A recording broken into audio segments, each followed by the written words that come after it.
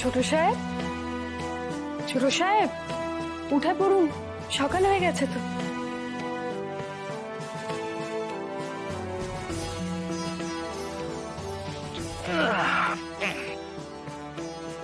Good morning কুসুম। আপনার জন্য লাল চা বানিয়ে নিয়ে এসেছি।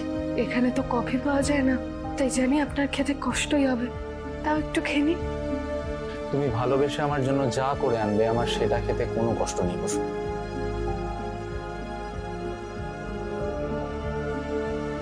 আরে বাহ, এই ফুলগুলো কি সুন্দরভাবে সাজিয়ে রেখেছো কুসুম। ছোট সাহেব, আমি পুরোপুরি চেষ্টা করব এই ঘরটাকে আপনার মনের মতো করে সাজিয়ে তোলা। হ্যাঁ জানি, এখানে আপনি গাঙ্গুলি বাড়ির মতো স্বাচ্ছন্দ্য বা আরাম পাবেন না হয়তো, কিন্তু বিশ্বাস করুন ধীরে ধীরে এই বাড়িটা আপনার ঠিক ভালো লাগতে শুরু করবে। ভালো তো লাগবেই কুসুম, কারণ যেখানে আমার স্ত্রী আমার সাথে রয়েছে সেই জায়গাটা আমার মনের মতো হতে বাধ্য। কুসুম,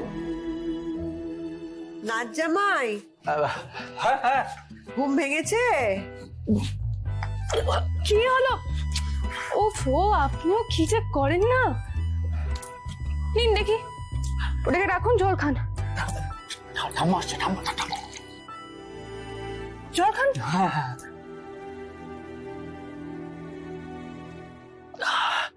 আরে ঠাম্মা, তুমি দাঁড়িয়ে রইলে কেন? বসো, এসো। কি ঠাম্মা, কাল কীর্তনে গিয়ে ভালো লেগেছে? আমি মিথ্যে বলেছিলাম। আপনি শুধু শুধু মিথ্যে কেন বলতে গেলেন? কোথায় গিয়েছিলেন আপনি? আমি গাঙ্গুলি বাড়িতে গিয়েছিলাম।